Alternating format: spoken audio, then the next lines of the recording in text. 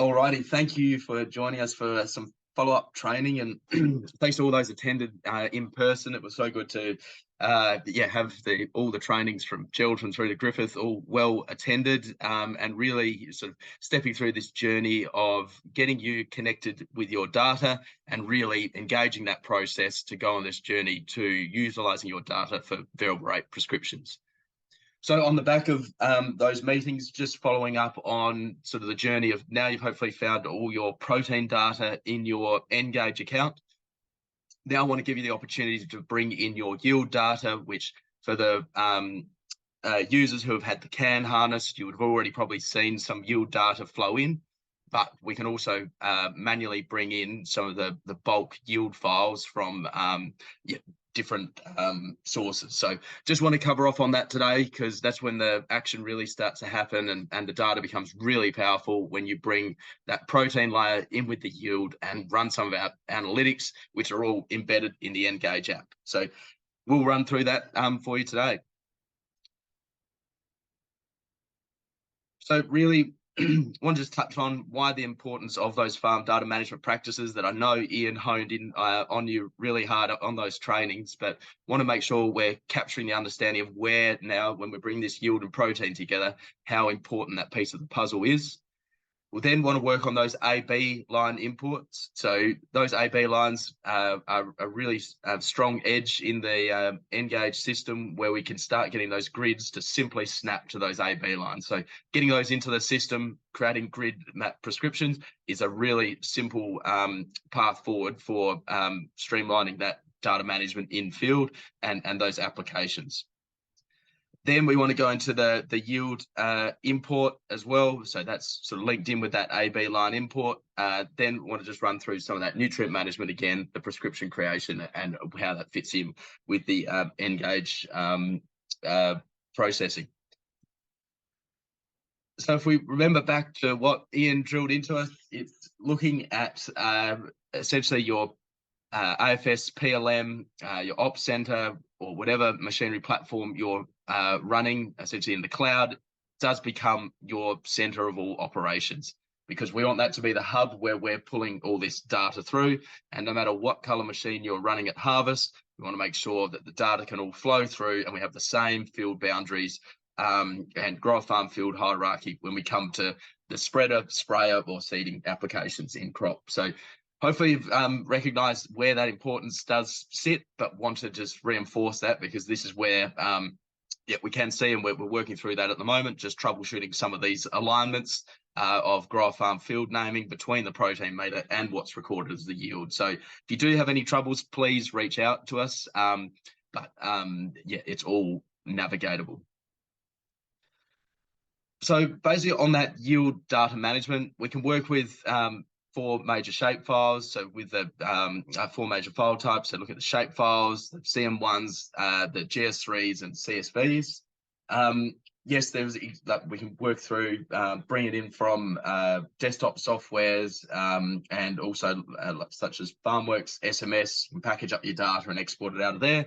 Or want to run through today just the CNHI, AFS, PLM Connect portals, and also the John Deere Operations Center, because there's where we've got our 2 APIs at the moment, with more to come, and then show where that goes through to the CropScanAg Cloud.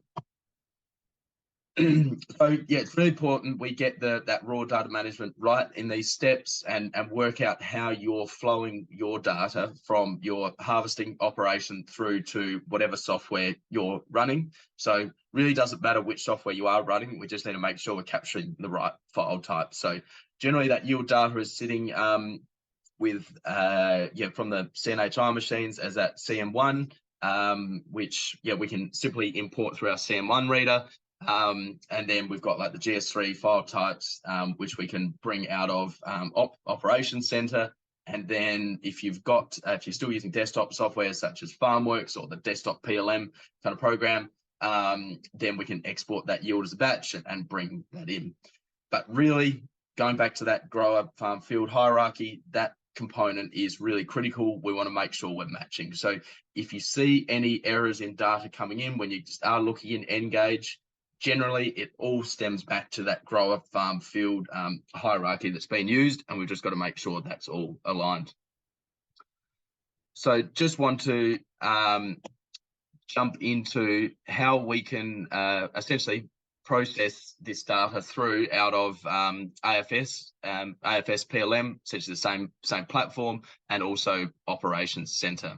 So first step recommend to do is getting your AB lines out. So hopefully you've got all your AB lines stored centrally, and this is also a good chance to clean up your AB lines, just so you don't have hundreds of them coming in just for one field. We want them for each paddock, not hundreds for each field. So on the AFS PLM Connect page, you'll see this landing as your home page.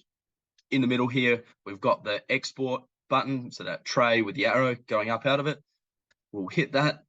Then we want to select CM1 that defaults to a CM1 file type. So then we go next. Then we want to make sure all, well, essentially, if you've got multiple growers, farm field selected, but we want to make sure we're selecting the grower you're working with, that your hierarchy is all aligned with. And again, there's a good chance to clean up your accounts, so you don't have a whole lot of duplicate data or multiple growers of the same name and all that sort of thing. Then we want all farms, all fields, and then we want to come down here and make sure we're including the swaths. Then you'll see you've got the different options on all the swaths in there, and the swath groups, and then overall we've got all the swath or AB lines stored in here. So want to export all of them. Then we go next.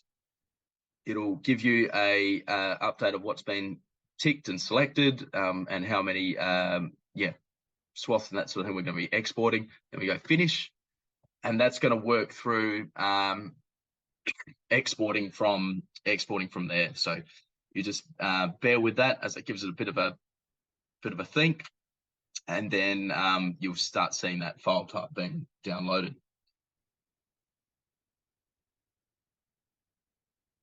So there we go. That's then dropped that down into the downloads folder. It's defaulted straight to that. Then while we're still in the AFS PLM portals, the next thing to do is to look for your yield files. So if you've uploaded them into AFS PLM Connect, then which you can do if you're still manually transferring, or if you're using the telematics, you can come in and add your data in here. So upload your CM1s in here and go through those steps, which we've covered off on in other trainings. So you can upload it there. So it's still, you've got a repository of information here in your AFS PLM. But when it comes to then finding those CM1s, if you have already uploaded them, you want to re-download them, then you just go to your setup tab. You'll have across all the top here, usually defaults to enterprise, which is where your grower farm field is all stored. But we'll go across over to files, and then you'll find data files in here. And in here, you'll find the CM1 files, which have been uploaded. Then we can just select these and download one of these as well, if it's got your yield data stored in there. So that's simply how we can export that data out of AFS PLM Connect. So it's just, again, have it consolidated in one spot, then it's really easy for us to pull on it when we need it. From the John Deere Operations Center side of the ledger, so just load up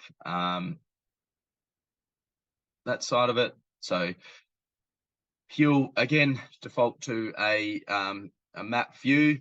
So out of that, we then want to go the AB lines again first. So we go setup, down to land, select that.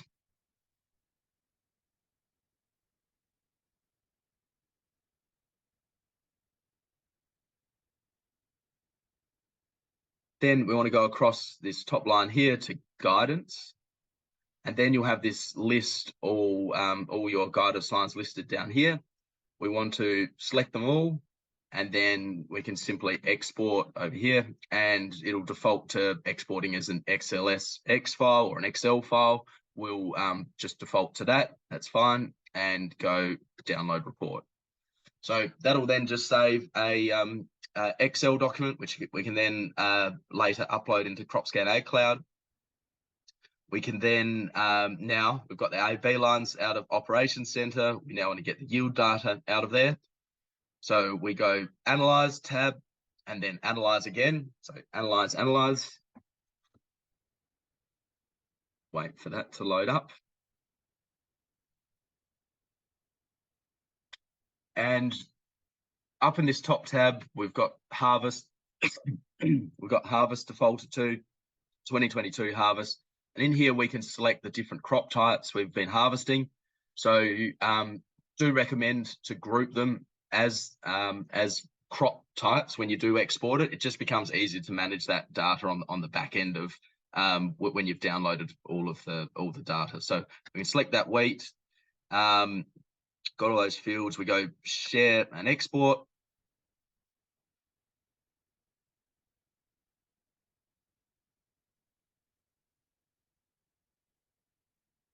Then we want to export that work data, which will export it as a shape file. So instead of the create report tab, which is just PDF summaries, we want to go to export work data and then export to my organization files. We can export from there, and then we just go export work data. So that's then going to export that for being created, and then it'll be sitting in your files to then be downloaded from there. So this is just packaging it up on the John Deere side of things, and then we can download from there and then import into your CropScan portal. So that'll be, once that's done its render, it'll be sitting in your files list and can just download it from there. You just select the download when we've got that created, and they'll just go off and render that. Then once we've got those files, we want to come to your CropScanAg Cloud portal. So hopefully you should all remember that. That's where all your data is delivering to over harvest. So this is your login that you'll use on your in-cab display. Also the login you use for Engage. And this CropScanAg Cloud is like our Dropbox system that sits in the back end. So you're essentially a server for all of the data collection for all the CropScan information, and that central hub for joining to the CNHI Connect portals and Operations Center. And like I said, we've got other APIs coming, including Trimble, TopCon, Class, and AGCO as well. So once we're on this, and you'll land to your homepage here with your the years that you've harvested sitting there, and in there is where your protein and other files are all sitting. We'll then go to import and sync. For the CNH users, you should go across to your CNHI sync and import tab. This would be switched on, and you can then go import CN1 file, which is where we can then import the CN1 files for those A/B lines and the yield. So go import on that, and then select your file types you want to bring in, and then go, that'll load, and then go upload, and do that for your A/B lines and yield. And then the John Deere side of things, we can come down here to then import A/B lines, where we'll go and import those Excel files that we've just downloaded. And then the yield and elevation side of things comes in down here. So you select your year and then go import yield and elevation, and import the file you've just accessed from John Deere Operations Center. So that then brings it all in, and once that's synced up, you can check that in your files, and you'll see A/B lines in here. You'll have CM1 come in here as well if you're on the CNHI system, and then you'll have your yield files sitting in the year of which you've imported them. So really simple system for building that repository of information. So like I say, if you have any issues or friction points on the download out of any of the machinery portals and then the upload into our portal, please let us know. Then give it a little bit of time to then see that render in the Engage app, and we can view it all from there. And I'll show you in a minute how we can then utilize that information to do analytics and also those A/B lines for those prescriptions.